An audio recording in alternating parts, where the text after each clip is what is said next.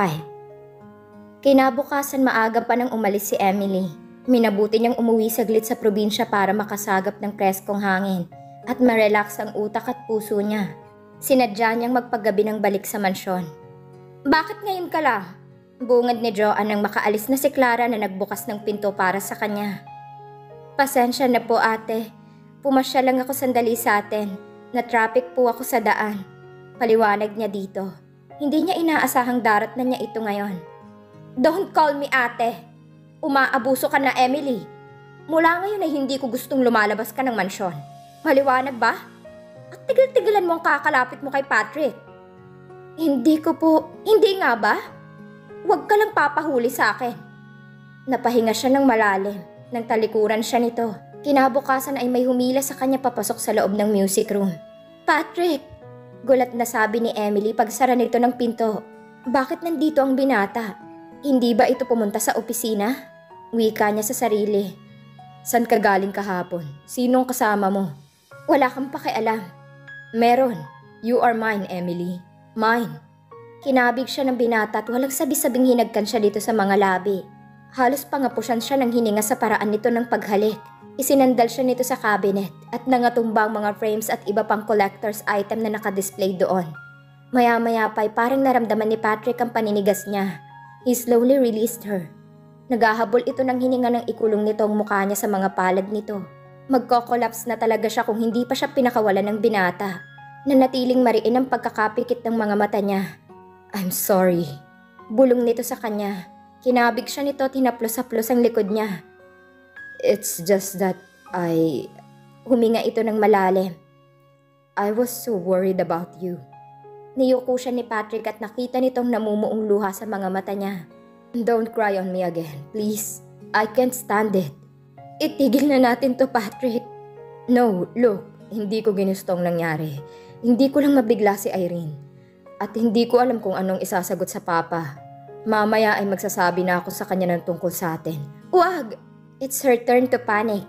Hindi dapat malaman ni Joanne ang tungkol sa relasyon nila. Paaalisin siya nito. At hindi niya pa kayang mapalayo kay Summer. Higit lalo na kay Patrick. "Please, walang dapat makaalam ng tungkol sa atin." Kumunot ang noo ng binata dahil sa nakikitang reaksyon niya. Hindi nito kilala si Joanne at wala itong ideya sa kung ano pang kaya nitong gawin sa kanya. "But why? I need to." "Please, Patrick. Ipangako mong hindi mo sasabihin sa papa mo." "Okay, but give me your cellphone number. Para sa uuliting mawala kay hindi ako mahibag sa pag-aalala sa'yo." "Hindi ko memoryado ang numero ko." "Come on, Emily." "Hindi nga sabi. Anong magagawa mo kung inahagiw na ng todo ang utak ko sa kaiisip sa'yo?" Isang ngiti ang sumilay sa mga labi ng binata. "That's the sweetest thing I've ever heard from you." "Akin ang cellphone mo." "Bakit?" "Isisave ko ang numero ko." "Ako na." Kinuha ni Emily ang unit sa bulsa. "Ano?" Inagaw yun ng binata. Napatitig ito sa kanya. "iPhone X? Where did you get the latest model of iPhone?" Muli nitong tiningnan ng bagong-bago pang sipi. Hindi siya makasagot. "Ibinigay lang yan sa akin." "Nino?" "Bakit ba ang dami mong tanong?" "May itinatago ka ba sa akin, Emily?" Iniharap siya nito at pinilit na hinuli ang kanyang paningin. "Answer me." "Ipinadala yan sa akin ng pinsan ko para sa birthday ko." "Pinsan?" Tumangu-tangu ito, pero sa itsura nito ay mukhang hindi ito kumbinsido. Bigla ay may naalala si Emily. Inagaw niya ulit ang cellphone na tumakbo palabas ng music room. "Emily!" "Si Summer!" Nang hapong yun ay sumama ang pakiramdam ni Emily.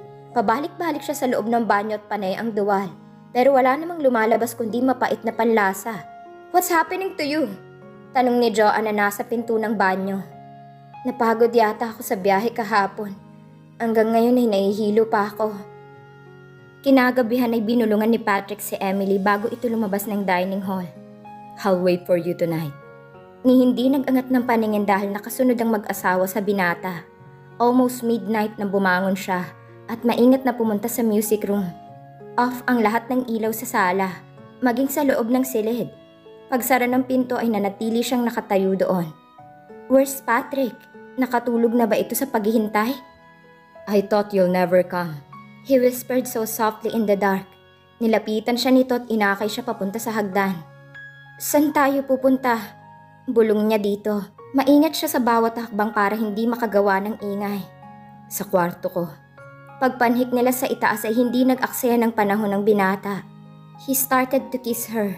"I miss you so much, babe. I've been wanting to do this to you every day." Buong puso na saad nito. Muli siyang nagpaubaya. Itinabi ang matinong kaisipan at ang warning ni Joanne. And again, she responded to him with equal passion. "Emily, I love you." Biglang nagmulat ng mga mata si Emily. Hinahanap niyang senseridad sa mukha ng binata, pero madilim ang buong silid. Matagal na nakasubsob si Patrick sa leeg niya.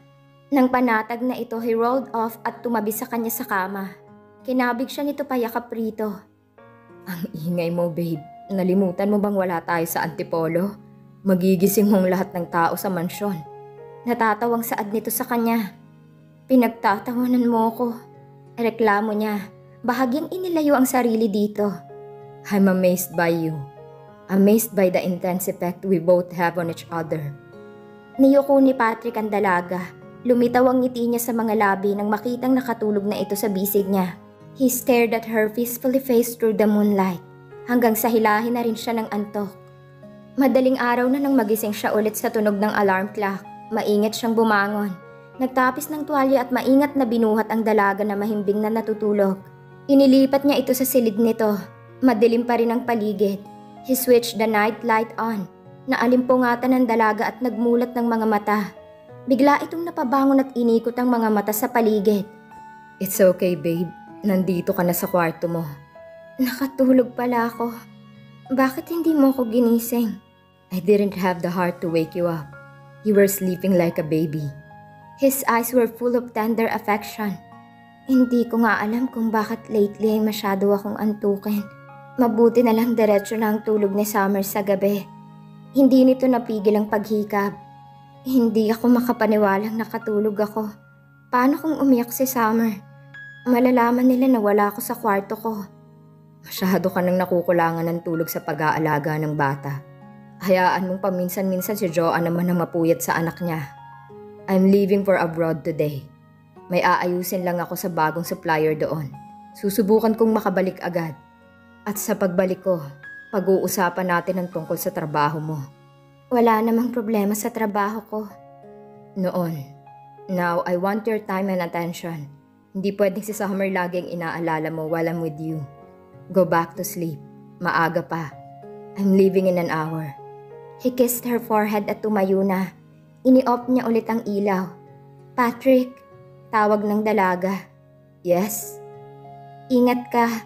Tipid na bilin nito. "I will. I'm gonna miss you, babe. Sleep now." Tahimik siyang lumabas ng silid. 4 na araw nang wala si Patrick. Kahit panay ang video call nito ay hindi maibsan ng sobrang pangungulila ni Emily sa binata. Kulang na lang ay pakiusapan niya itong umuwi na. Hindi niya maintindihan ang sarili kung bakit sobrang pananabik niya dito ngayon. The last time she saw him, she wanted to tell him so many things. Above all, she wanted to tell him how much she loves him. Pero nagbara lahat iyon sa lalamunan niya. Wala siyang lakas ng loob na sabihin pati ang damdamin niya dito. Though that time he told her he loves her. Inuubos na lamang niya ang oras sa paglalaro kay Summer, na ngayon ay nakakaupo na mag-isa at mabilis na gumapang. Madalas ay tulog siya. Nagbabawi sa sunod-sunod na puyat niya nitong mga nakaraang araw. Pagkatapos maghapunan, hindi na malaya ni Emily na nakatulog na siya sa kama habang inuuga ang crib ng bata. Mula sa mahimbing na pagtulog ay naramdaman niya na may yumakap sa kanya mula sa likuran. She wondered if she was only dreaming of Patrick. Sa sobrang pagkamis niya dito ay ito pa rin ang laman ng isip niya, maging sa pagtulog. Maliwanag pa nang mag-land ang eroplanong sinasakyan ni Patrick sa NAIA. Tumuloy siya sa condo unit niya pagkagaling sa airport. He decided to sleep first and to take a shower bago umuwi sa mansyon. Gusto niyang sorpresahin si Emily sa pagdating niya. Gusto niyang tulog na ang lahat sa bahay at doon siya mismo sa kwarto ng dalaga diretso.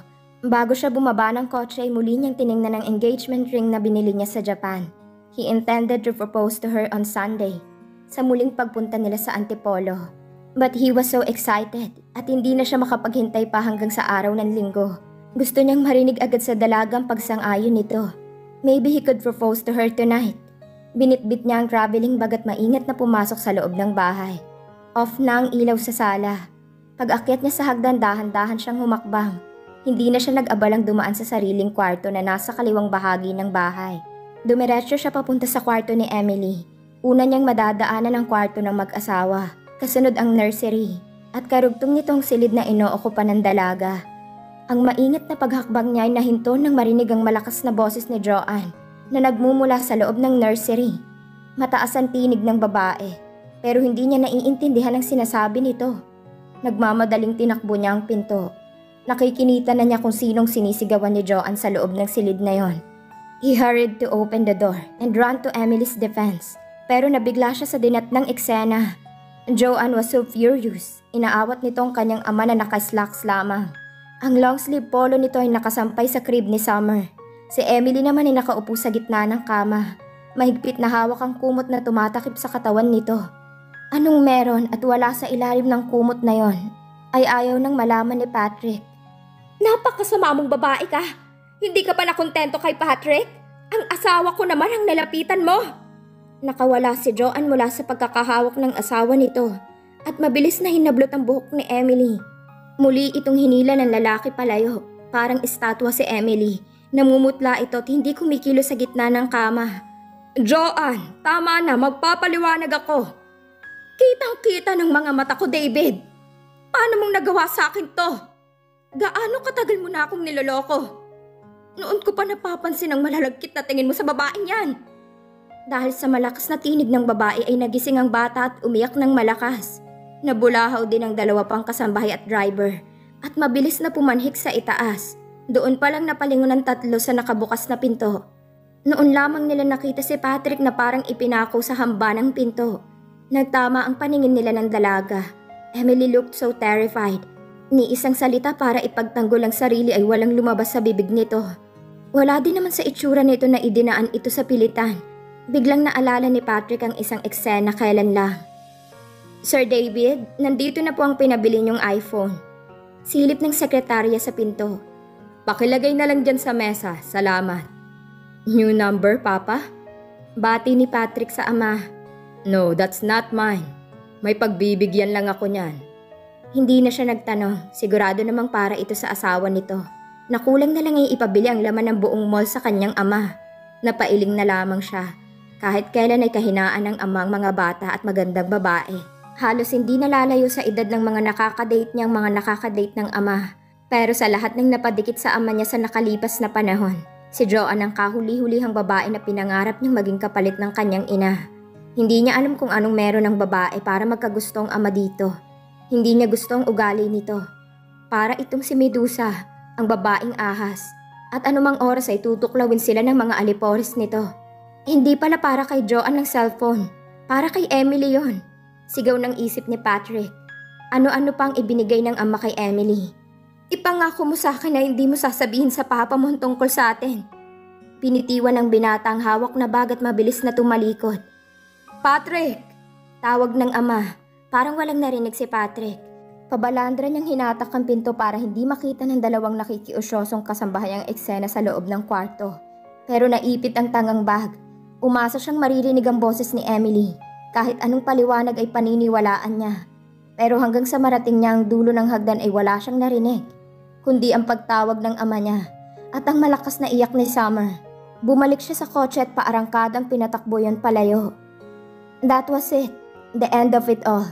Hindi makapaniwala si Emily na tatalikuran siya ni Patrick. At iiwanan ngayong kailangan niya ito. Ang masakit na salita at paratang ni Joanne ay kaya pa niyang tiisin. Hanggang malinis ang konsensya niya ay wala siyang pakialam. Kahit anong isipin nito at ng ibang tao. Pero ang makita ang galit at panghuhusga sa mga mata ni Patrick ay halos dumurog sa puso at pagkatao niya. Higit kanino man ay ito lang ang makapagpapatunay na mali ang mga binibintang ni Joanne sa kanya na isa siyang masamang babae. Pero pinaniwalaan nitong mga narinig nito mula kay Joanne ni hindi siya nito binigyan ng pagkakataon para magpaliwanag. Kung sa bagay ay hindi rin naman niya alam kung ano ang sasabihin dito. Ang natatandaan lang niya ay na naginip siyang yakap-yakap siya ni Patrick. Nagising na lang siya sa sigaw ni Joanne. Napabangon siya bigla at nasindak nang makita kung sino ang katabi niya sa higaan. Ang asawa ni Joanne, na ama ni Patrick. ang nakayakap sa kanya habang mahimbing siyang natutulog. Ang matanda man ay nabigla. Mabilis itong napabangon para daluhan ng asawa. Ang sumunod na mga eksena ay hindi na niya halos natatandaan. Blanko na ang kanyang isipan. Lumayas ka sa pamamahay ko ngayon din! Joanne! Awat ni David sa asawa. Hinila siya ni Joanne at ipinagtulakan palabas ng kwarto. Wala siyang nagawa kundi tumakbo pababa. Palabas na siya ng bakuran nang mahabol siya ni Clara. Emily! Saan ka pupunta? Paano ka na? Naiiyak na niyakap siya ng kaibigan. Pinakiusapan niyang babae na kuhanin ng mga gamit niya at tuluyan na siyang umalis sa malaking bahay na yon. Lakad takbo ang ginawa niya palabas ng subdivision. Kamuntik pa siyang mabundol ng isang sasakyan. Nang mga oras na yun ay hindi niya pansin kung ano man ang mangyari sa kanya. Nang makarating siya sa bus terminal ay hindi na niya nahabol ang last trip. Naupo siya sa hilera ng mga upuan. Doon palang tumulo ang mga luha niya. Hinanap niya ang cellphone para tawagan si Frances, pero hindi niya ito makita. Maaaring naiwan ito sa mansyon o nakuhanan siya habang naglalakad siya sa madilim na kalsada. Sa pagkakaalala niya kay Frances ay nakaramdam siya ng matinding pagkahabag sa sarili. Naglihim siya dito at nagkasala. Pero sa kabila ng lahat alam niyang hindi siya nito pababayaan kung nandito lamang ito sa tabi niya ngayon. Bagay na ipinagkait sa kanya ni Patrick. Para siyang laruang disuse na gumagalaw lamang sa tulong ng battery. At sakto lamang siyang nakauwi sa lumang bahay sa probinsya kinabukasan. Bago tuluyang naubos ang lakas niya dala ang emotional stress, gutom, puyat at pagod sa biyahe. Hindi niya matanggap ang sinapit niya sa kamay ng kapatid at sa lalaking kanyang minahal. Ano ang kahihinatnan na nangyari kay Emily? At dito na po nagtatapos ang kabanata ng ating kwento. Maraming salamat po.